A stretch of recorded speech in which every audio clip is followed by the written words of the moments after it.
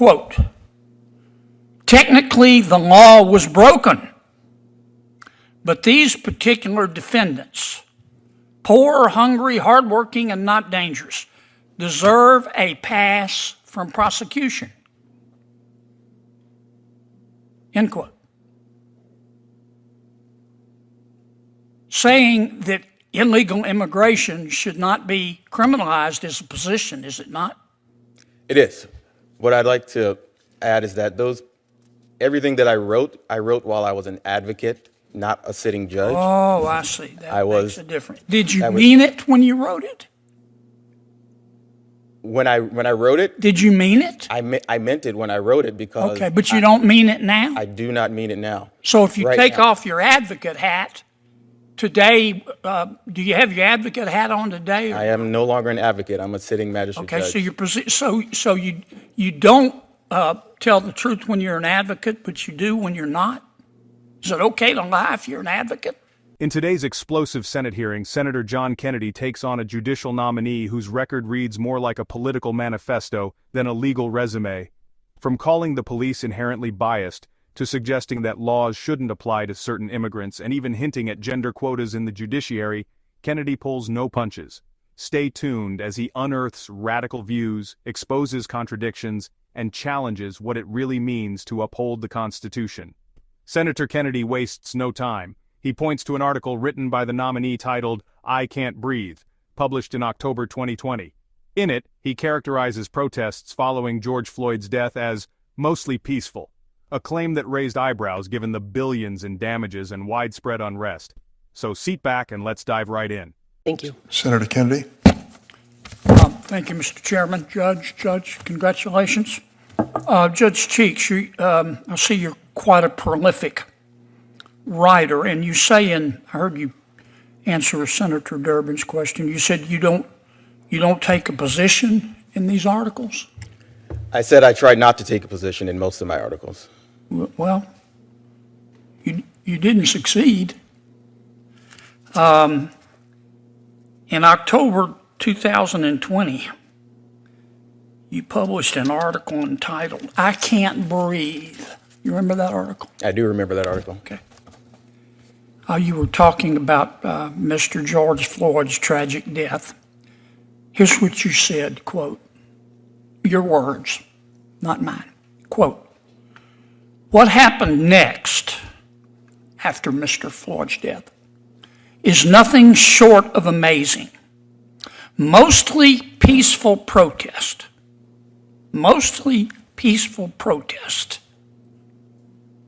broke out almost immediately in Minneapolis, and the use of excessive force by police officers became the villain in a sea of protesters," end quote.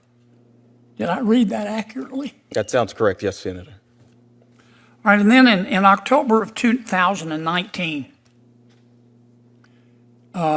you wrote an article entitled "Raising Responsibility: A Concerned Parent's Perspective." You remember that? I do remember that, yes. Did you take a position in that article? I recall my position being talking about how am I going to address issues with my So children. you did take positions, unlike what you told Senator Durbin. What I told Senator Durbin that I try not to take positions. Okay. Well, I want to read you from your article. Quote, your words, not mine. "Needless to say, I have a guarded opinion about the police. How do I teach my sons to respect them and fear them at the same time? There can be no question that police officers have some of these same internal or external biases." Let me repeat that. There can be no question that police officers, not some, all police officers have some of these same internal or external biases described above. Do some of them view black males differently than others? I think so. Sounds like a position to me. Do some think black males are more dangerous than others? I think so. Did I read that correctly? Yes, you read that correctly. Now, and then in May of 2019, you remember writing an article for a publication, well, rather the title of the article, excuse me. The title of your article in which you say you didn't take a position was called The Federal Dungeon Part 2, Court Proceedings. You remember that? I do. Okay. And you were talking about, it was then under President Trump, not President Biden. The Department of Justice then had a zero tolerance for illegal entry into the United States, because that, of course, is the law. And this is what you said about that.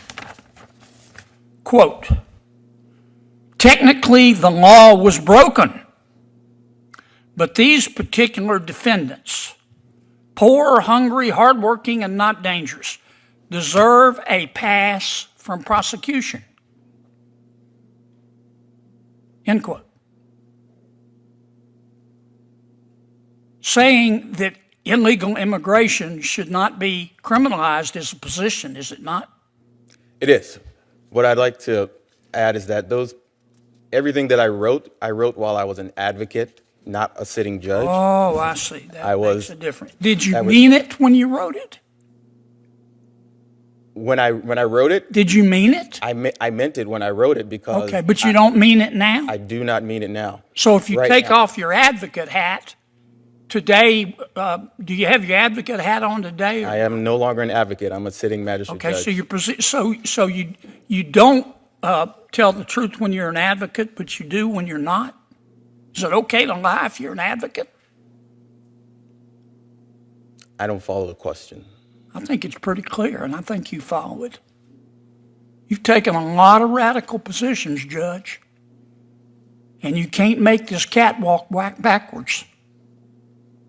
Now, you can't make this catwalk backwards. I have one question for our second judge here. In an era where judicial nominees often breeze through confirmation hearings with rehearsed answers and vague platitudes, Senator John Kennedy stood as a rare voice of reason and resolve. He didn't settle for surface-level responses.